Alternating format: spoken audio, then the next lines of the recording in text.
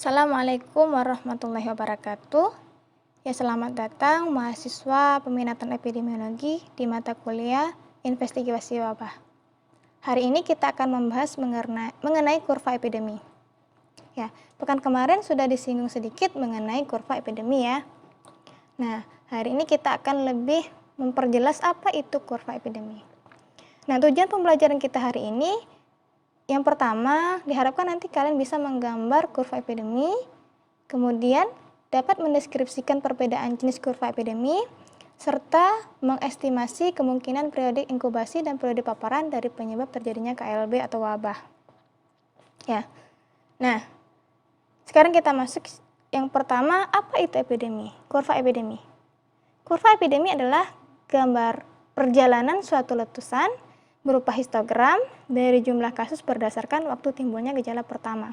Jadi, kurva epidemi itu merupakan gambar perjalanan suatu letusan. Ya, bentuknya itu berupa histogram. Nah, histogram ini dibentuk dari jumlah kasus berdasarkan waktu timbulnya gejala pertama. Ya. Nah, adapun manfaat kurva epidemi, yang pertama, dengan menggambar kurva epidemi, kita bisa mendapatkan informasi tentang perjalanan wabah dan kemungkinan kelanjutannya.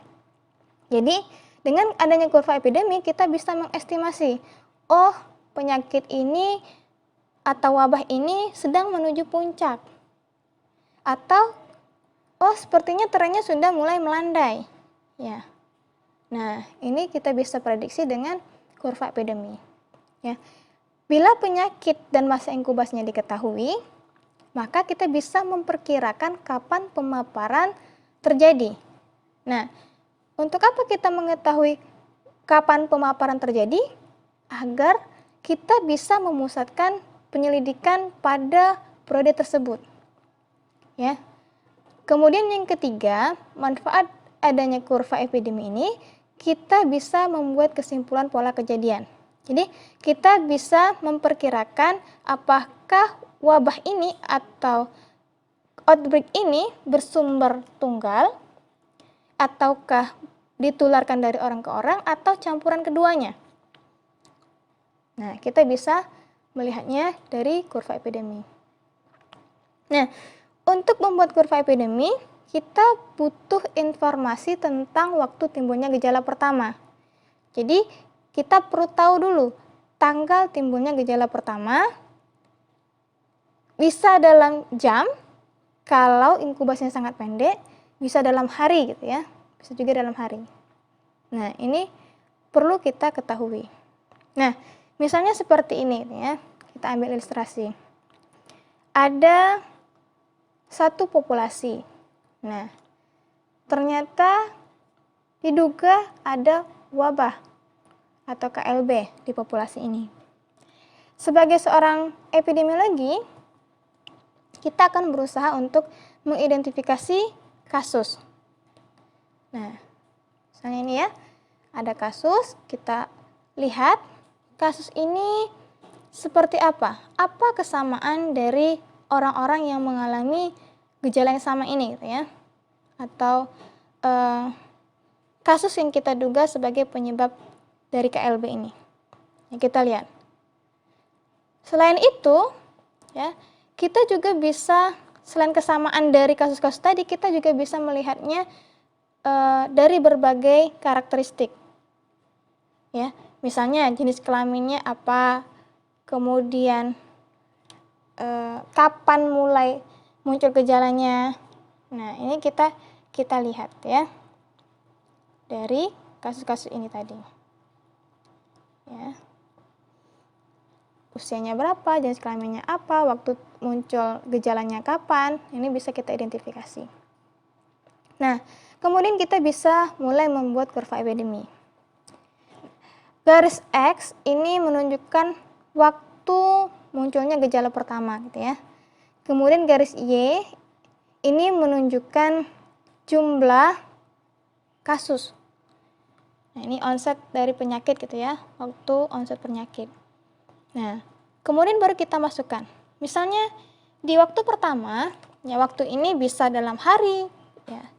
bisa per 2 hari gitu ya, waktu pertama itu. Bisa dalam jam kalau inkubasinya pendek. Misalnya, untuk waktu pertama itu ada 1 kasus ya. Kemudian yang kedua ada beberapa kasus.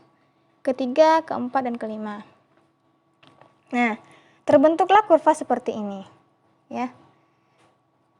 Nah, dalam kurva itu ada bagian-bagian gitu ya. Ada puncak, ada kasus terakhir, ada kasus pertama, dan juga ini periode dari kasus tadi. Nah,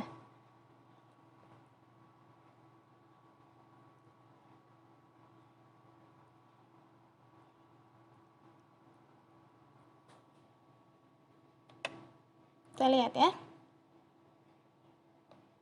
Kalau seperti ini termasuk kurva apa? Jenis kurva apa? Ya. Puncaknya ada 1. Kemudian dalam waktu yang cukup singkat mencapai puncak, lalu dilanjutkan dengan melandai gitu ya, perlahan-lahan melandai dalam beberapa waktu. Nah, kalau seperti ini termasuk kurva apa? Ya, benar sekali. Ini point source gitu ya.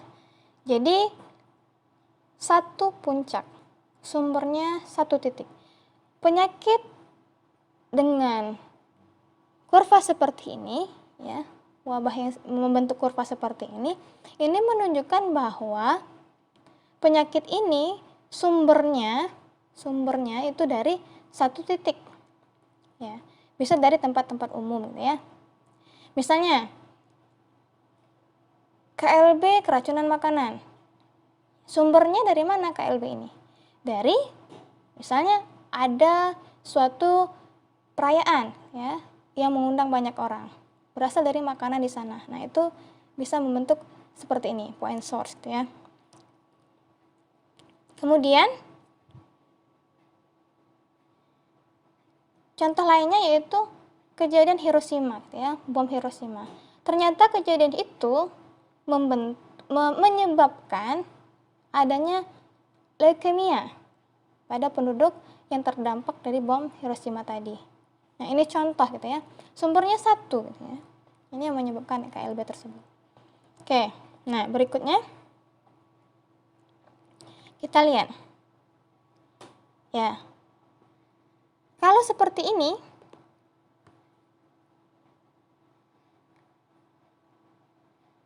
silakan kita lihat.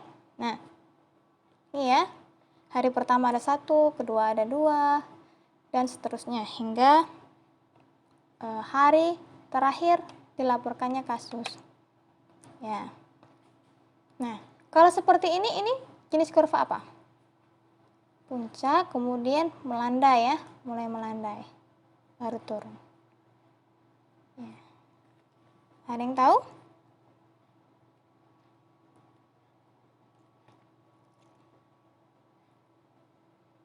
Jenis kurva apa ini? Ya. Ini continuing common source. Jadi kelanjutannya dari tadi ya, yang sumbernya 1 tadi. Ya. Contohnya apa? Contohnya outbreak kolera di London yang diinvestigasi oleh John Snow ya. Ini adalah contoh klasik dari continuing common source epidemic.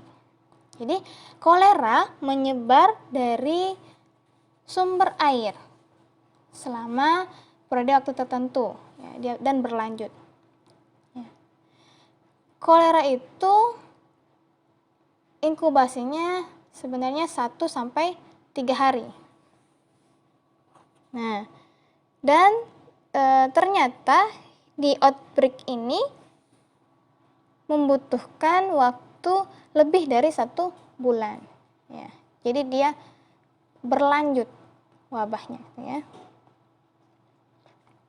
Nah, kalau seperti ini kurva apa?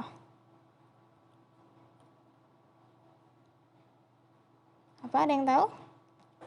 Puncaknya banyak sekali. 1, sudah hampir habis ya, muncak lagi. Ya. Ada yang tahu? Ya, benar. Ini termasuk tipe propagated epidemic curve. Jadi kurva epidemic propagated. Ya, polanya. Pola seperti ini biasanya terjadi ketika penularannya antara manusia ke manusia secara langsung. Ya. Namun bisa juga melalui sebuah perantara. Nah, ini untuk tipe yang ketiga gitu ya. Nah, jadi karakteristik dari penyakit ini adalah penularannya bisa dari kontak orang ke orang gitu ya, atau bisa juga dari sebuah perantara ya, vehicle. Misalnya DBD gitu ya, dengan nyamuk atau lain sebagainya. Nah, kita lihat ya, ini penularannya dari orang ke orang. Selain DBD tadi ya, contohnya yang melalui vehicle borne dari alat, contohnya adalah HIV atau hepatitis B yang penularannya melalui jarum suntik pengguna narkoba. Ya. Bisa juga Dengue gitu ya, penularannya dari vektor. Atau kalau penularannya langsung dari orang ke orang, misalnya campak ya. Atau seperti sekarang gitu ya, penularannya bisa dari orang ke orang. Contohnya tadi apa? Contohnya COVID-19 gitu ya. Itu bisa dari orang ke orang juga. Nah,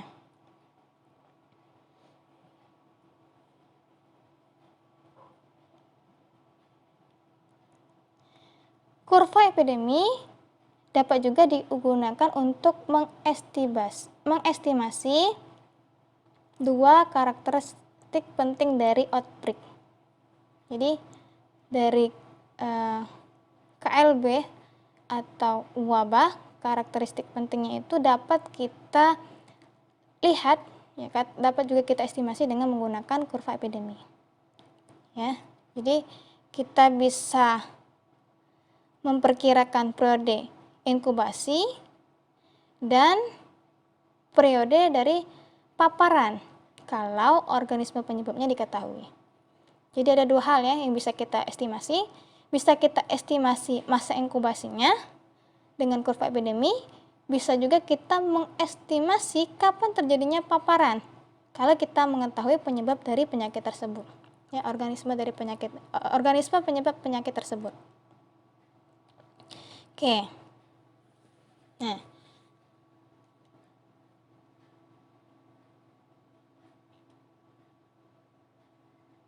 ini ya, kapan paparan terjadi? Jika kita mengetahui patogennya, ya, maka kita akan mengetahui juga periode inkubasi. Nah, jadi seperti medianya kapan gitu ya, kapan masa inkubasi terpendek, kapan masa inkubasi terpanjangnya, medianya berapa, ya. Misalnya seperti ini, ya. Ini kasus puncaknya pada hari ke-10, hari ya. Kita tahu, ya, untuk contoh penyakit ini misalnya, periode inkubasinya itu diketahui medianya adalah 8 ya. Nah, maka ya, kita bisa memperkirakan kapan terjadinya paparan pertama kali. Jadi 10 dikurang 8 berarti hari kedua. Nah, hari kedua ini kemungkinan terjadinya paparan ya yang menyebabkan KLB. Nah, ini masa inkubasinya ya.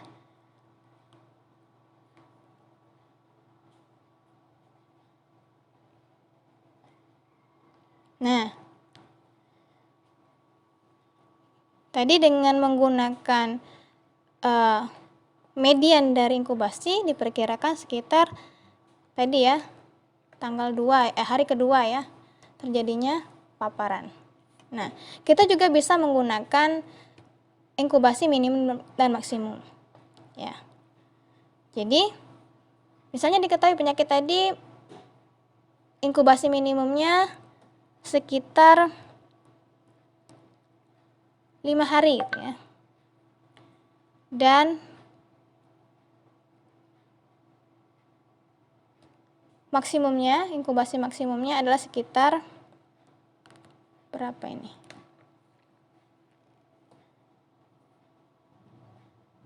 Sekitar 12 hari.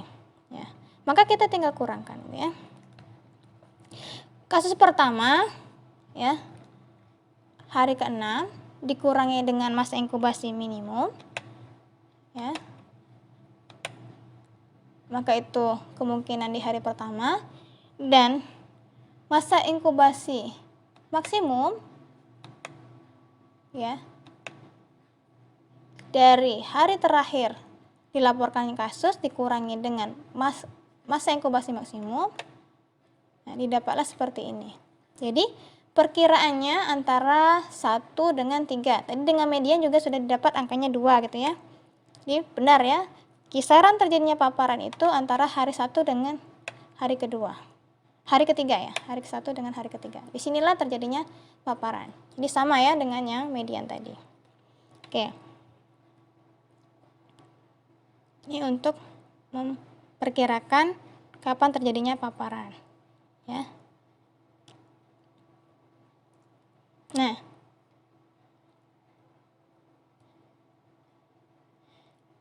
kemudian selanjutnya kita akan mengartikan kurva epidemi gitu ya.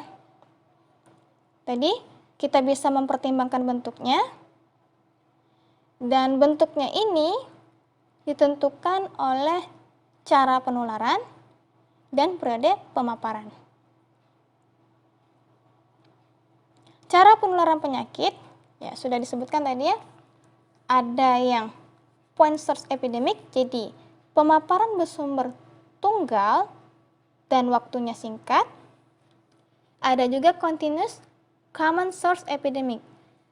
Periode pemaparannya memanjang, kurva berpuncak tunggal dan kemudian datar ya. Nah, tipe yang ketiga adalah intermittent common source epidemic. Jadi lama pemaparan, jumlah orang yang terpapar ini tidak beraturan sehingga membentuk kurva bergerigi yang tidak beraturan. Nah, satu lagi ada propagated epidemic. Jadi penularan dari orang ke orang berpuncak banyak. Biasanya jarak antar puncaknya itu 1 masa inkubasi ya. Nah, ini ada 4 tipe dari kurva epidemi. Nah, kalau kita mengartikan kurva tadi berdasarkan perjalanan wabah, kita bisa lihat kalau menanjak artinya kurva kasus terus bertambah, dan ini mengindikasikan wabah sedang memuncak dan akan ada kasus-kasus baru. Tapi kalau puncaknya sudah dilalui dan mulai berkurang, menurun, ini menunjukkan kasus terjadi semakin berkurang dan wabah akan segera berakhir. Nah, dengan kurva epidemi ya, untuk mencari periode pemaparan tadi sudah ya dicontohkan langsung. Kalau untuk point source epidemic, penyakit dan masa inkubasinya diketahui ya. Jadi kurva epidemi dapat digunakan untuk mencari periode pemaparan. Nah, ini penting untuk menanyakan sumber letusan ya. Caranya bagaimana? Nah, cara untuk mencari periode pemaparan, pertama seperti tadi ya, cari masa inkubasi terpanjang, terpendek, dan rata-rata atau mediannya. Kemudian tentukan puncak letusan atau kasus median. Hitung mundur 1 masa inkubasi rata-rata dan catat hasilnya. Bisa juga tadi ya, mulai dari kasus paling awal, hitung mundur masa inkubasi terpendek, catat hasilnya. Dan yang terakhir tadi ya, dari kasus yang terakhir kita hitung mundur dengan inkubasi terpanjang, kemudian catat hasilnya. Nah, tadi sudah dicontohkan. Nah, itu tadi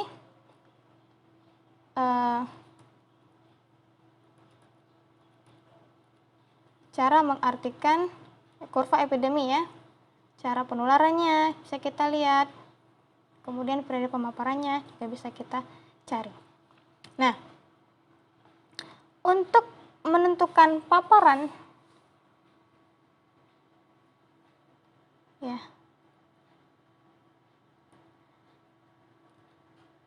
jadi dengan tipe common source sudah dijelaskan tadi ya. Ini kita sebaiknya memang menggunakan metode inkubasi rata-rata yang lebih tepat.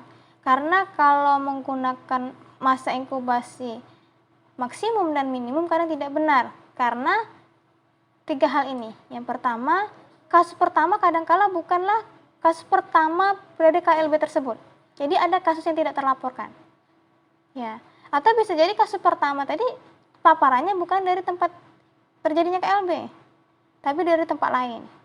Nah, kadang tanggal mulai sakitnya tidak benar. Ya. Jadi dia diidentifikasi sakit kalau dia sudah ke pelayanan kesehatan misalnya. Padahal dia sudah dari beberapa hari yang lalu. Nah, ini kadang kurang tepat kalau menggunakan masa inkubasi minimum dan maksimum. Jadi secara umum yang lebih tepat itu menggunakan inkubasi rata-rata. Nah, sekarang coba kita berlatih ya.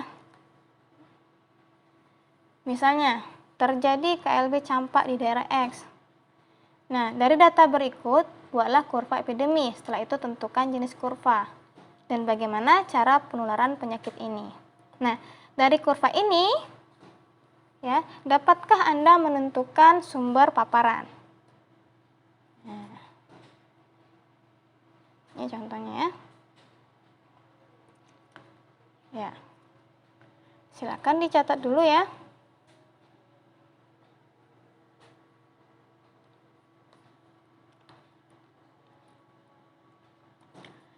Apa yang harus kita lakukan untuk menyelesaikan masalah ini gitu ya, untuk membuat kurva epidemi? Pertama, yang paling penting adalah kita tentukan dulu interval kurva. Nah, interval kurva dapat kita hitung dengan menggunakan masa inkubasi. Idealnya, interval kurva berada pada rentang 1/4 masa inkubasi minimal sampai dengan 1/8 masa inkubasi maksimal. Kita tentukan dulu. Misalnya campak, itu berapa masa inkubasinya? Nanti kalian hitung gitu ya. Oke. Nah, kalian cari, kemudian kalian hitung. Nah, ternyata ya, campak itu setelah kita hitung gitu ya, kita cari interval ideal, kita dapatkan intervalnya 2 hari. Jadi dari kasus tadi 8, 10, 11 gitu ya, itu kan tidak berurutan ya. Jadi kita buat per 2 hari. Dari tanggal 7 sampai 8 ada berapa kasus? Ada 1 kasus misalnya. Dari tanggal 9 sampai 10 ada berapa kasus ya? 3 kasus misalnya ya. Dari tanggal 11 sampai 12 ada 7 kasus ya. 13 sampai 14 ada berapa kasus dan seterusnya ya. Oke. Ini tanggal 9 ya, bukan 19. Nah, nanti baru kita buat kurvanya. Kita buat garis X dan Y. Nah, karena kita menggunakan komputer, kita bisa memanfaatkan instrumen yang ada di komputer atau laptop kita gitu ya. Kita bisa menggunakan Excel untuk membuat kurva. Nah, jadinya seperti ini. Oke. Nah, dengan seperti ini, gambar seperti ini, kita bisa menyimpulkan ya. Berapa puncaknya? Banyak ya. Puncaknya ada banyak. Dan cukup teratur masa inkubasi jaraknya antar puncak ya. Nah, kita bisa berkesimpulan bahwa penyakit ini kira-kira sumbernya dari mana? Dari satu sumber kah atau penularannya dari orang ke orang? Ya. Kalau tidak satu puncak berarti bisa dari orang ke orang ya. Nah, itu tentang kurva epidemi. Ya, mungkin itu saja materi kita hari ini. Terima kasih banyak ya atas perhatiannya, semoga bermanfaat. Bila ada yang ingin ditanyakan silakan dilanjutkan ya di forum. Oke, saya akhiri. Assalamualaikum warahmatullahi wabarakatuh.